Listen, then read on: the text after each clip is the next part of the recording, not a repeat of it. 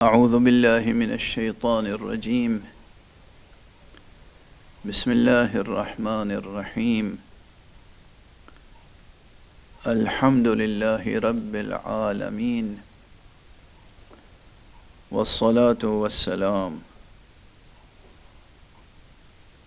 على سيدنا ونبينا وشفيعنا والطبيب نفوسنا وحبيب قلوبنا وحبيب إله العالمين إمام المرسلين خاتم النبيين أبي القاسم المصطفى محمد اللهم صل على محمد وعلى أهل بيته الطيبين الطاهرين الهداة المهديين. أما بعد، قال رسول الله صلى الله عليه وآله وسلم: الليل والنهار مطيتان فاركبوهما بلاغا إلى الآخرة.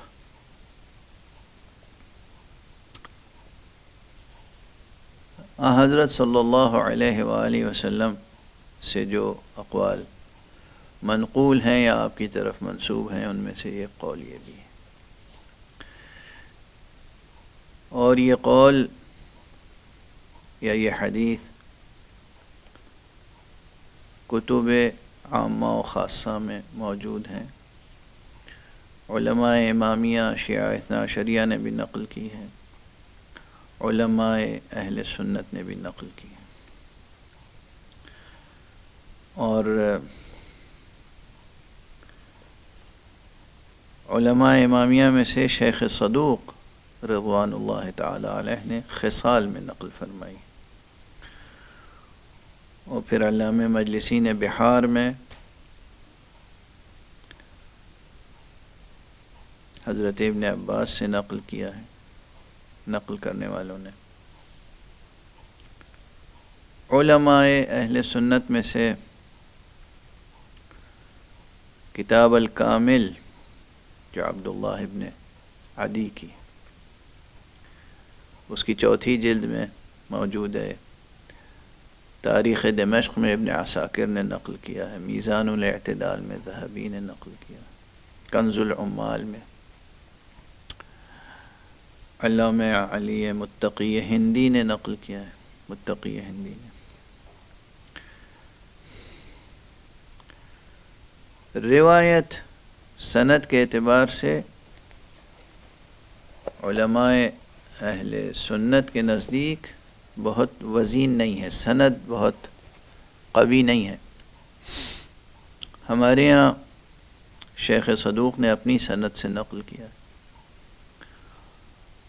اور فی الجملہ اس فقیر کے نزدیک یہ حدیث اپنے الفاظ و مضمون کے اعتبار سے قابل حمل و نقل و قابل عمل ہے، اس لیے کہ جو مضمون ہے وہ مضمون عظیم الشان ہے. ارشاد ہے کہ اللیل والنہار مطیتان، مطیہ سواری کو کہتے ہیں، لیل و نہار رات و دن. ہم یہ عرض کر دیں پہلے کہ رات اور دن یہ جو دو حوالے ہیں، یہ زمانی حوالے عموماً زبان میں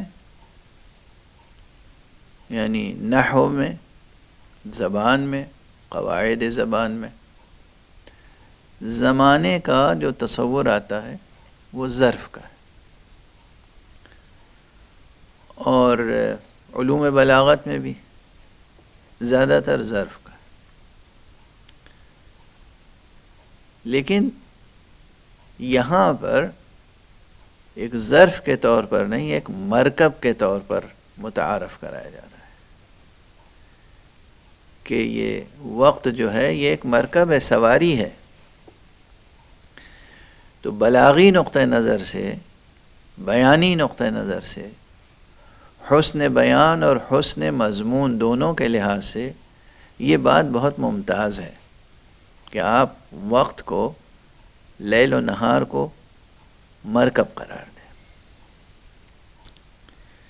چونکہ بنا گفتگو اختصار پہ اس لیے ہم اسے زیادہ وسعت نہیں دے رہے ہیں، لیکن بہرحال اور اردو میں گفتگو ہو رہی ہے تو اس کی ایک مثال اردو کی ہم دیتے چلیں کہ لیل و نہار یا روزگار یا زمانہ یا عمر، اس کو مرکب سے تشبیہ اور لوگوں نے بھی دی ہے. مشہور ترین جو شعر ہے وہ غالب کا شعر ذہن میں آ رہا ہے کہ رومے ہے رخش عمر کہاں دیکھیے تھمیں، نئے ہاتھ باغ پر ہے نہ پا ہے رکاب میں. یہ شعر غالب کے بہت خوبصورت ترین اشعار میں سے ہے، اور اس میں رخش عمر کہہ کر یہی وقت کو، لیل و نہار کو، سلسلہ روز و شب کو ایک مرکب سے تشبیہ دی ہے. غالب نے یہ بے بسی ظاہر کی ہے کہ نئے ہاتھ باغ پر ہے نہ پاہ رکاب میں.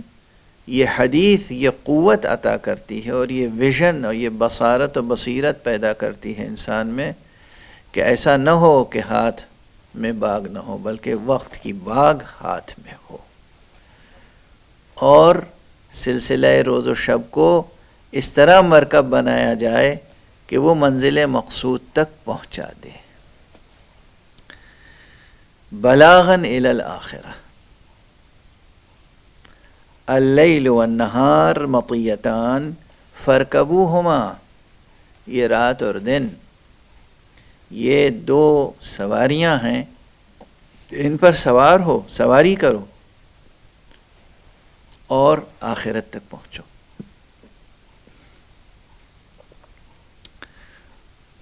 خوبصورت خیال ہے، خوبصورت مضمون ہے، اور ایک ہدایت ہے، ایک ارشاد ہے، ایک رہنمائی ہے.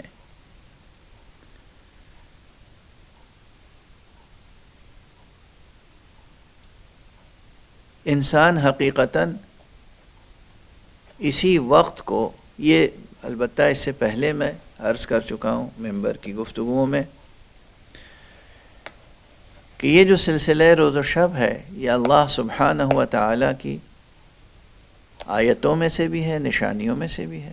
سورہ مبارکہ یاسین میں اور دوسری آیتوں میں بار بار توجہ دلائی گئی ہے کہ یہ رات اللہ کی نشانیوں میں سے ایک نشانی ہے، یہ دن اللہ کی نشانیوں میں سے ایک نشانی ہے. اور ساتھ میں یہ بھی ارشاد فرمایا گیا ہے کہ جو ہم نے رات اور دن کو ایک کے بعد ایک رکھا ہے، وہ اس لیے رکھا ہے تمہاری سہولت کی خاطر. عمل کرو. یوں تو ہر لمحہ گزرنے والا انسان سے ایک خاص عمل اور ایک خاص ادائے زندگی کا مقتضی ہوتا ہے، اور جو لمحہ گزر گیا اور انسان کچھ نہیں کر سکا وہ خسارہ ہے، گزر گیا، وہ لمحہ پھر پلٹ کے آنے والا نہیں ہے. لیکن لطف حق یہ ہے، حضرت حق سبحانہ و تعالیٰ نے اسباب لطف، اسباب مرحمت یہ رکھا ہے کہ جو لوگ اگر رات میں عمل کرتے ہیں اور نہیں کر پائے کسی وجہ سے تو وہ دن میں کر لیں. جو لوگ دن میں کچھ عمل کرتے ہیں اور نہیں کر پائے کسی وجہ سے وہ رات میں کر لیں. وہ اللہ سبحانہ و تعالیٰ اپنے لطف و کرم سے، اپنی مہربانی سے قبول فرما لیتا ہے.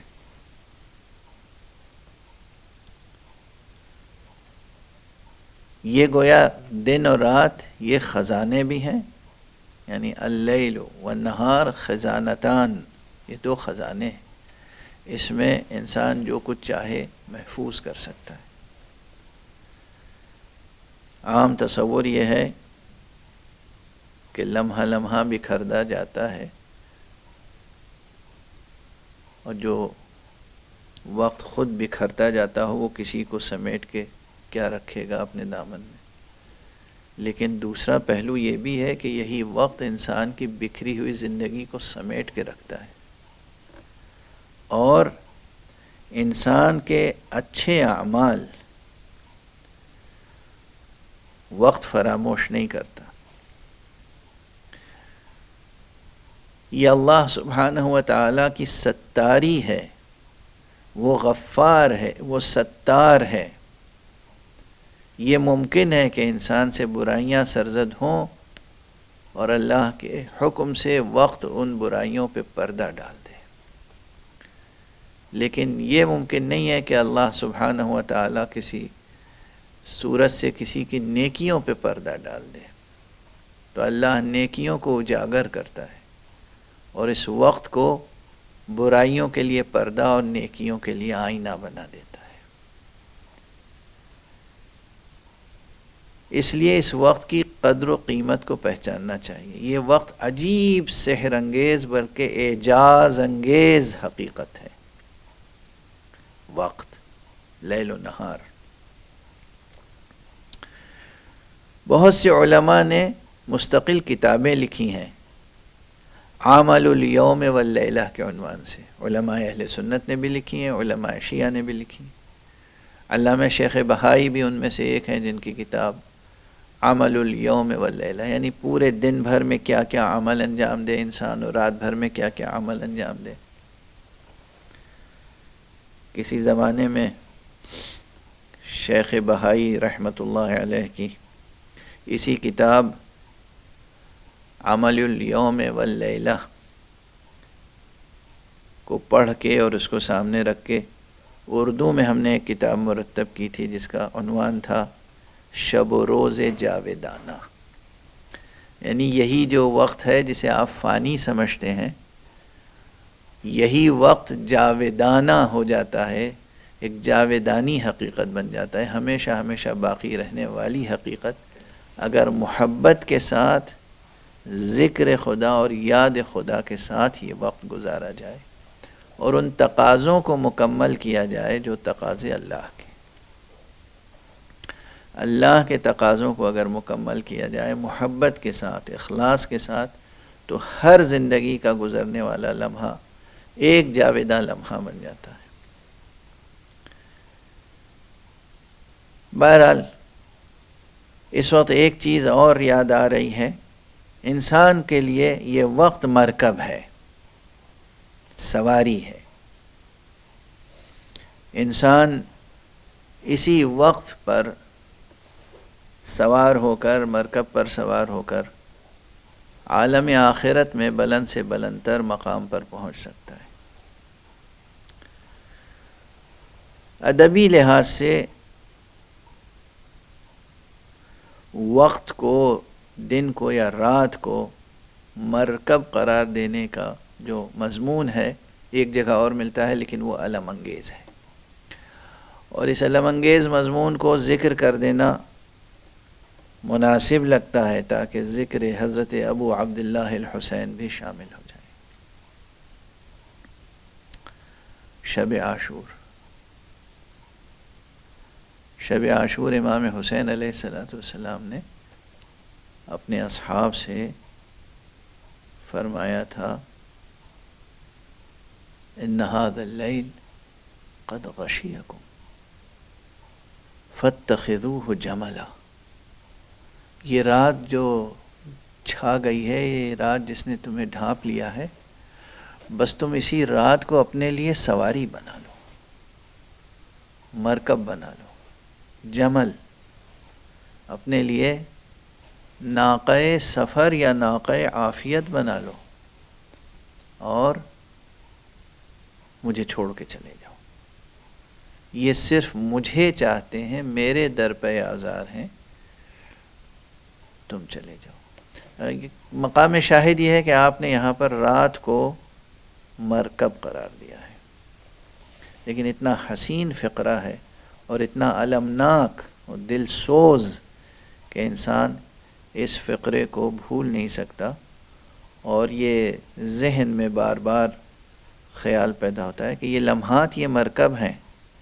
ہاں وہ بدقسمت ہوں گے جو اس کو مرکب بنا کے مرکز نور سے دور ہو جائیں، اور اسی لیے کوئی کربلا سے گیا نہیں شب عاشور. لیکن ہم لوگ جو عالم مہجوری میں ہیں، ہم جو عالم فراق میں ہیں، ہم جو دور ہیں، ہم جو عالم غیب میں ہیں، ہم عالم حضور اور شہود میں پہنچنے کے لیے، ہم جو غائب ہیں ان سے، ان کی حضوری میں پہنچنے کے لیے انہی لمحات کو، انہی روز و شب کو مرکب بنا سکتے ہیں. اور اس کو مرکب بنا کر حضور معصوم میں بھی پہنچ سکتے ہیں، حضور رسالت مآب میں بھی پہنچ سکتے ہیں، حضور حق میں بھی پہنچ سکتے ہیں، اور اپنی آخرت کو بھی روشن کر سکتے ہیں. پروردگار ہمیں اور آپ کو سب کو توفیق کرامت فرمائے کہ ہم اپنی سانسوں کو اور زندگی کے گزرتے ہوئے ہر لمحے کو قرب حق کی راہ کا مرکب بنا سکیں. وآخر دعوانا ان الحمد للہ رب العالمین وصلی اللہ علی سیدنا و نبینا محمد و اہل بیتہ الطیبین الطاہرین.